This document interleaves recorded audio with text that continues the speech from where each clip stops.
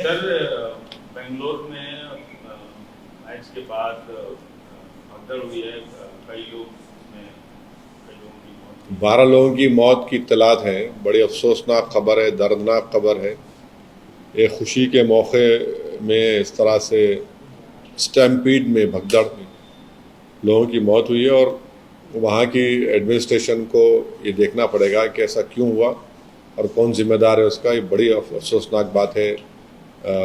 बस तकलीफ दह बात है कि ये सरकार को देखना चाहिए। मैं उन तमाम पीड़ित परिवारों के साथ हूँ, मगर जब आप इतना बड़ा फंक्शन कर रहे हैं तो इन सब पॉसिबिलिटीज को सोचना चाहिए था। इस हादसे के बाद गवर्नमेंट की तरफ से वहाँ पे प्रोग्राम हो रहे हैं सरकारी। वो तो अब उनको देखना चाहिए। बहुत बहुत तकलीफ दह बात है, बहुत बहुत तकलीफ दह बात है। लोग खुशी के लिए जमा हुए और वो खुशी जाके गम में तब्दील हो गया, जान चले गई। इसको रिस्पॉन्सिबिलिटी नहीं, अब रिस्पॉन्सिबिलिटी वहाँ के एडमिनिस्ट्रेशन को देखना चाहिए क्यों हुआ ये। सर, यहाँ पे हादसा हुआ और उनको हॉस्पिटल शिफ्ट कर रहे थे पुलिस, और यहाँ पे फैसिलिटेशन प्रोग्राम चल रहा था। नहीं मालूम भाई, मेरे को तो नहीं मालूम, आपसे सुन रहा हूँ। बट बहुत ही अफसोसनाक चीज़ है, बहुत अफसोसनाक। सरकार इसका जवाब देना चाहिए। बिल्कुल, एडमिनिस्ट्रेशन वहाँ का लोकल एडमिनिस्ट्रेशन, उनकी जवाबदेही होनी चाहिए। भारत ने दुनिया के सामने पाकिस्तान को बेनकाब किया। आप डेलीगेशन में शामिल थे 4 देशों में, तो कैसा रहा सर ये आपकी बातचीत जो हुई, उसमें आपने क्या बताया और वहाँ से आपको क्या रिस्पॉन्स मिला? नहीं, हमारे डेलीगेशन को हेड कर रहे थे जनाब जय पांडा, और हम तमाम ने मिलकर कोशिश की। भारत के मौक़िफ़ को सामने रखा वहाँ पर। भारत की जो सिक्योरिटी कंसर्न्स है पाकिस्तान के टेररिज्म के ताल्लुक़ से, और पहलगाम का वाक़या पाकिस्तान से आए हुए दहशतगर्दों ने किया। हमने उनको बताया कि वो जो TRF ऑर्गेनाइजेशन है, जो LET का नया नाम है, भारत ने यूनाइटेड नेशन सैंक्शन कमेटी 1262 के सामने दिसंबर 24 में, दिसंबर 23 में, मई 24 और जून में हमने बताया था। और फिर जो ईमेल जो पहलगाम अटैक का एक्सेप्टेंस हुआ, वो 4 में से 2 ईमेल तो पाकिस्तान के मिलिट्री कंटोनमेंट बोर्ड के बाजू से निकले।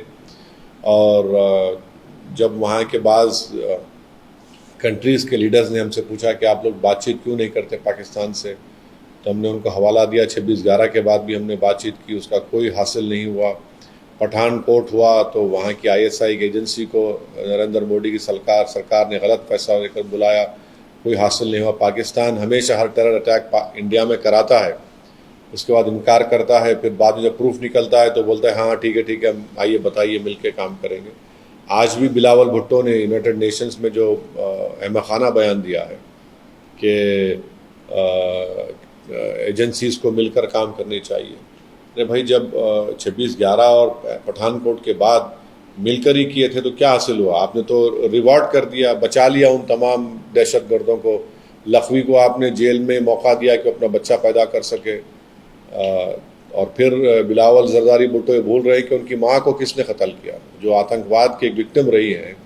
उनकी बेनज़ीर भुट्टो साहिबा की मौत के बाद 130 लोगों की मौत हुई।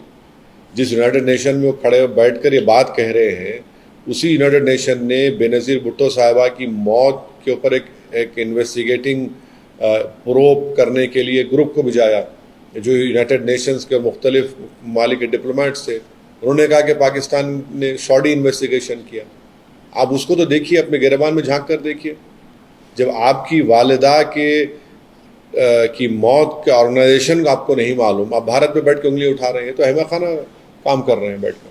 सर, सीज फायर को लेकर आपकी क्या राय है? देखिए, पाकिस्तान के DGMO ने हमारे DGMO से बातचीत की। हमारे DGMO ने ज़ाहिर है देश के प्रधानमंत्री से बात करके ही तो उसको एक्सेप्ट किया होगा।